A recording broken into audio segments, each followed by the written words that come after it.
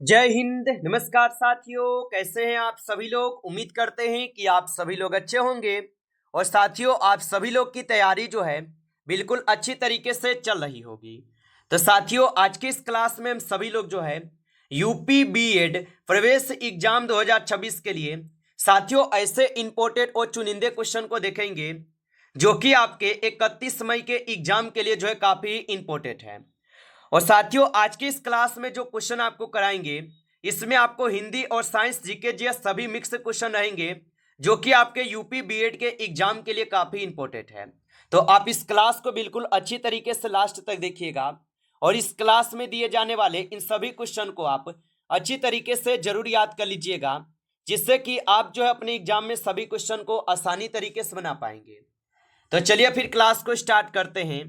उनसे पहले यदि आप इस चैनल पे पहली बार जुड़े हैं तो आप जो है इस चैनल को सब्सक्राइब कर लीजिए और सब्सक्राइब करके ऑल नोटिफिकेशन को ऑल पे दबा के जुड़ जाइए, जिससे कि जब भी कोई नई क्लास हो सबसे पहले क्लास का नोटिफिकेशन आपके पास पहुंच सके। तो आप इस चैनल को सब्सक्राइब कर लीजिए, साथ ही साथ आप जो है इस क्लास को भी लाइक जरूर कर लीजिएगा।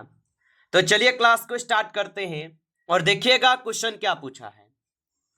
क्वेश्चन पूछा है कि कमल का पर्यायवाची शब्द है। चलिए बताएंगे। ये सभी क्वेश्चन काफी इंपोर्टेंट और चुनिंदे क्वेश्चन हैं जो कि आपके एग्जाम में 100% आपको ये सभी क्वेश्चन पूछे जाएंगे। और बताएंगे कि कमल का पर्यायवाची शब्द है, तो कमल का पर्यायवाची शब्द सरोज होगा। ऑप्शन यहाँ पे बी सही जवाब हो जाएंगे, सरोज हो जाएगा। चलिए अगला प्रश्न देखिएगा। प्रश्न यहाँ पे पूछा है इनमें से देशज शब्द नहीं है। चलिए बताएंगे। तो इनमें से देशज शब्द कौन नहीं है, तो इनमें से देशज शब्द जो है आपके डॉक्टर नहीं होगा। ऑप्शन ए यहां पे सही जवाब है, डॉक्टर नहीं होगा। चलिए अगला प्रश्न यहां पे देखेंगे और प्रश्न है कि ज्येष्ठ का विलोम शब्द है। तो ज्येष्ठ का विलोम शब्द क्या है, तो ज्येष्ठ का विलोम शब्द होता है कनिष्ठ। ऑप्शन यहां पे बी सही जवाब होगा, कनिष्ठ होगा। चलिए अगला प्रश्न देखेंगे कि गजानंद में कौन सा समास है। तो गजानंद में कौन सा समास होगा, तो गजानंद में समास हो जाएंगे बहुब्रीहि समास। ऑप्शन यहां पे 20 क्वेश्चन का सही जवाब है, बहुब्रीहि समास होगा। चलिए अगला प्रश्न देखेंगे कि छंद कितने प्रकार के होते हैं। चलिए बताएंगे आप। तो छंद जो है ये कितने प्रकार के होते हैं, तो याद रख लीजिएगा छंद जो है ये 4 प्रकार के होते हैं। ऑप्शन आपका डी सही जवाब है, 4 प्रकार के होते हैं। चलिए अगला प्रश्न देखेंगे। प्रश्न यहां पे है कि नमक मिर्च लगना मुहावरे का अर्थ है। तो याद रखेंगे कि नमक मिर्च लगना मुहावरे का अर्थ क्या होगा। तो नमक मिर्च लगना मुहावरे का अर्थ होता है यहां पे आपके बढ़ा चढ़ाकर कहना। ऑप्शन यहां पे डी इस क्वेश्चन का सही जवाब होगा। चलिए अगला प्रश्न यहां पे 7वां नंबर है कि भारत की राजभाषा है। चलिए बताएंगे। तो भारत की जो राजभाषा है ये हिंदी है। ऑप्शन यहां पे सी सही जवाब है, हिंदी होगा। चलिए अगला प्रश्न यहां पे है कि गोदान के लेखक कौन हो जाएंगे। चलिए बताएंगे आप। तो गोदान के लेखक जो है कौन होगा, तो गोदान के लेखक जो है यहां पे प्रेमचंद्र है। ऑप्शन डी करेंगे सही जवाब, प्रेमचंद्र होगा। चलिए अगला प्रश्न देखेंगे। प्रश्न यहां पे है कि उसे धीरे धीरे लिखने की आदत है। यहां पे रेखांकित शब्द क्या हो, तो उसे धीरे धीरे लिखने की आदत है, रेखांकित शब्द क्या होगा। तो यहां पे रेखांकित शब्द होगा क्रिया विशेषण। ऑप्शन डी करेंगे सही जवाब, क्रिया विशेषण होगा। चलिए अगला प्रश्न यहां पे है कि देव जोड़ इंद्र की संधि से बनने वाला शब्द कौन सा है। तो देव जोड़ इंद्र की संधि से बनने वाला शब्द कौन है, तो देव जोड़ इंद्र की संधि से बनने वाला यहां पे शब्द जो है देवेंद्र हो जाएगा। ऑप्शन यहां पे सी सही जवाब है, देवेंद्र होगा। चलिए अगला प्रश्न देखिएगा। प्रश्न यहां पे है कि आहार में नमक का मुख्य उपयोग है। चलिए बताएंगे आप। तो आहार में नमक का मुख्य उपयोग होगा, तो आहार में नमक का मुख्य उपयोग होता है स्वाद बढ़ाना। ऑप्शन यहां पे बी सही जवाब है, स्वाद बढ़ाना। चलिए अगला प्रश्न देखेंगे। प्रश्न यहां पे है कि किस कवक को ग्रीन मोल्ड के नाम से भी जाना जाता है। चलिए बताएंगे, तो किस कवक को ग्रीन मोल्ड के नाम से भी जाना जाता है? तो यहाँ पे 12th नंबर क्वेश्चन का सही जवाब क्या होगा? तो यहाँ पे 12th नंबर क्वेश्चन का सही जवाब ऑप्शन यहाँ पे डी है, पेनिसिलियम हो जाएंगे। ऑप्शन आपका डी सही जवाब है। चलिए अगला प्रश्न देखेंगे। प्रश्न यहाँ पे है और प्रश्न है कि MDT का उपयोग बीमारी के लिए किया जाता है? तो MDT का उपयोग किस बीमारी के लिए किया जाता है? तो इसका उपयोग होता है कुष्ठ रोग के लिए। ऑप्शन यहाँ पे बी सही जवाब है, कुष्ठ रोग के लिए। चलिए अगला क्वेश्चन देखेंगे। क्वेश्चन है कि कौन सा प्रदूषक ब्लैक फुट रोग का कारण बन सकता है? तो कौन सा प्रदूषक ब्लैक फुट रोग का कारण बन सकता है? तो यहां पे हो जाएंगे आर्सेनिक। ऑप्शन यहां पे सी सही जवाब है, आर्सेनिक होगा। चलिए अगला प्रश्न यहां पे है कि खगोलीय दूरी की इकाई जो है क्या है? चलिए बताएंगे। और आप अभी तक इस क्लास को लाइक नहीं किए हैं तो क्लास को लाइक कर लेंगे। नए हैं चैनल पे तो चैनल को भी सब्सक्राइब करके ऑल नोटिफिकेशन को ऑल पे दबा के जुड़ जाइए, जिससे कि जब भी कोई नई क्लास हो सबसे पहले क्लास का नोटिफिकेशन आपके पास जो है पहुंच सके। तो आप इस चैनल को सब्सक्राइब कर लीजिएगा। और बताएंगे कि खगोलीय दूरी की इकाई क्या है? तो खगोलीय दूरी की इकाई प्रकाश वर्ष है। ऑप्शन सी सही जवाब है, प्रकाश वर्ष। चलिए अगला प्रश्न यहां पे है कि साधारण सूक्ष्मदर्शी में प्रयुक्त लेंस है। तो साधारण सूक्ष्मदर्शी में प्रयुक्त लेंस कौन सा होगा? तो साधारण सूक्ष्मदर्शी में प्रयुक्त लेंस जो है यहां पे उत्तल लेंस है। ऑप्शन बी करेंगे सही जवाब, उत्तल लेंस होगा। चलिए अगला प्रश्न देखेंगे। प्रश्न यहां पे है कि मनुष्य में विषाक्त नाइट्रोजन युक्त अपशिष्ट और अतिरिक्त पानी का उन्मूलन होता है। तो मनुष्य में विषाक्त नाइट्रोजन युक्त अपशिष्ट और अतिरिक्त पानी का उन्मूलन होता है। तो ये हो जाएंगे उत्सर्जन द्वारा। ऑप्शन ए सही जवाब है, उत्सर्जन द्वारा। चलिए अगला प्रश्न देखेंगे। प्रश्न यहां पे है कि पहाड़ों के लिए सार्वभौमिक रूप से स्वीकृति रंग है। तो पहाड़ों के लिए सार्वभौमिक रूप से स्वीकृति रंग होगा। तो यहां पे हो जाएंगे भूरा। ऑप्शन यहां पे डी सही जवाब है, भूरा होगा।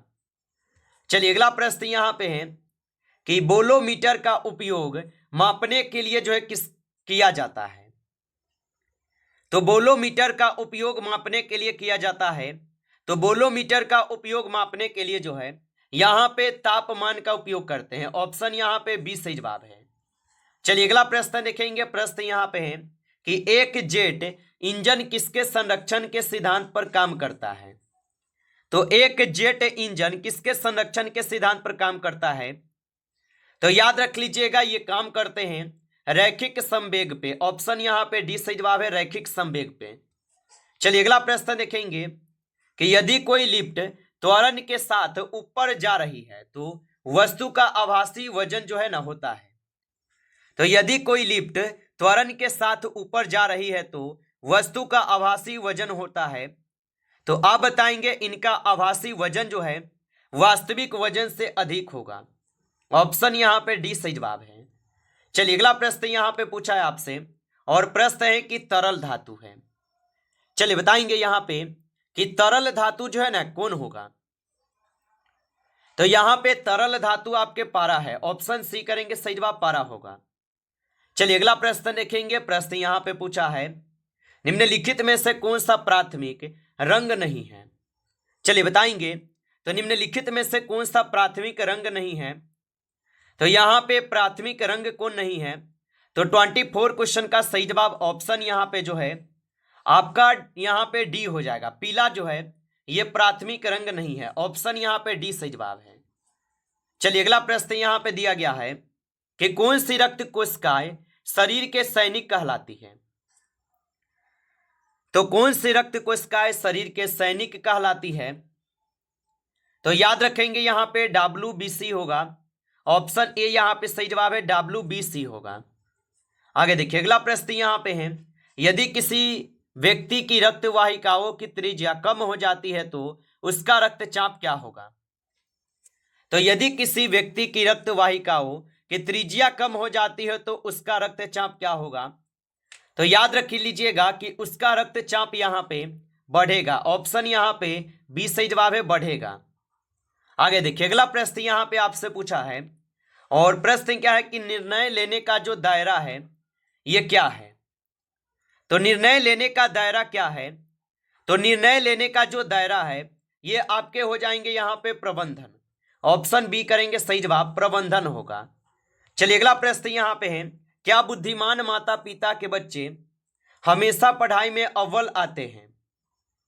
तो याद रखेंगे आप कि क्या बुद्धिमान माता पिता के बच्चे हमेशा पढ़ाई में अव्वल आते हैं। तो आप बताएंगे ये मनोविज्ञान विज्ञान के ऊपर होगा। ऑप्शन यहाँ पे डी सही जवाब है। चलिए अगला प्रश्न यहाँ पे है कि निम्नलिखित में से नदियों का कौन सा जोड़ा सबसे पहले जो है ना जोड़ा गया था। चलिए बताएंगे, यहाँ पे आपको जोड़ा दिए गए हैं और बताइए यहाँ पे सही जवाब क्या है। तो निम्नलिखित में से कौन सा यहाँ पे नदियों का जोड़ा सबसे पहले जोड़ा गया। तो यहाँ पे अगर देखें 29 का, तो सही जवाब ऑप्शन ए होगा, दामोदर और हुगली। ऑप्शन ए सही जवाब है। आगे देखिए अगला प्रश्न यहाँ पे है कि किसका ज्ञान हमें खुद को समझने में बहुत मदद करता है। तो किसका ज्ञान हमें खुद को समझने में बहुत मदद करता है। तो आप बताएंगे रंग के, शिक्षा के और समाजीकरण के, उपयुक्त सभी के करते हैं। ऑप्शन यहाँ पे डी करेंगे सही जवाब, उपयुक्त सभी के करते हैं। चलिए अगला प्रश्न देखेंगे कि फीडबैक डिवाइस के रूप में किसका उपयोग करके कक्षा शिक्षण कौशल विकसित किया जाता है। तो फीडबैक डिवाइस के रूप में किसका उपयोग करके कक्षा शिक्षण कौशल विकसित किया जाता है। तो याद रखेंगे 31 क्वेश्चन का सही जवाब ऑप्शन बी होगा, सूक्ष्म शिक्षण होगा। ऑप्शन यहाँ पे बी सही जवाब है, सूक्ष्म शिक्षण होगा।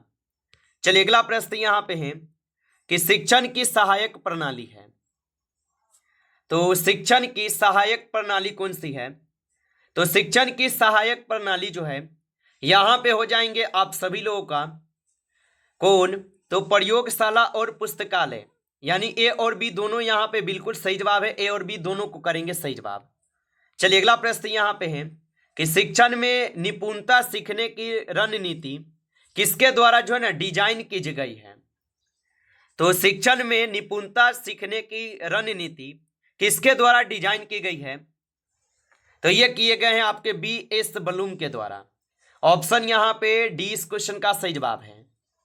आगे देखिए अगला प्रश्न यहाँ पे है, शिक्षकों के लिए मानदंड किसके जो है ना द्वारा विकसित किए जाते हैं। तो शिक्षकों के लिए जो है मानदंड किसके द्वारा विकसित किए जाते हैं। तो NCTI के द्वारा। ऑप्शन यहाँ पे सी सही जवाब है, NC और TE के द्वारा होगा।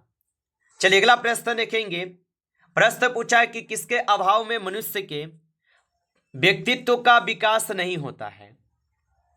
तो किसके अभाव में मनुष्य के व्यक्तित्व का विकास नहीं होता है। तो याद रखेंगे संस्कार का। ऑप्शन यहाँ पे बी सही जवाब है, संस्कार का होगा। नमस्कार साथियों, इस क्लास में आपके टॉप 35 क्वेश्चन थे जो काफी इंपॉर्टेंट क्वेश्चन थे। साथियों यदि आपको क्लास अच्छा लगा हो तो आप इस क्लास को लाइक कर लेंगे। नए जुड़े हैं आप इस चैनल पे तो चैनल को सब्सक्राइब करके ऑल नोटिफिकेशन को ऑल पे दबा के जुड़ जाइए, जिससे कि जब भी कोई नई क्लास हो सबसे पहले क्लास का नोटिफिकेशन आपके पास जो है पहुंच सके। तो आप इस चैनल को सब्सक्राइब कर लेंगे। चलिए फिर मिलते हैं आपसे एक नेक्स्ट टॉपिक के साथ नेक्स्ट क्लास में। तब तक के लिए जय हिंद, जय भारत।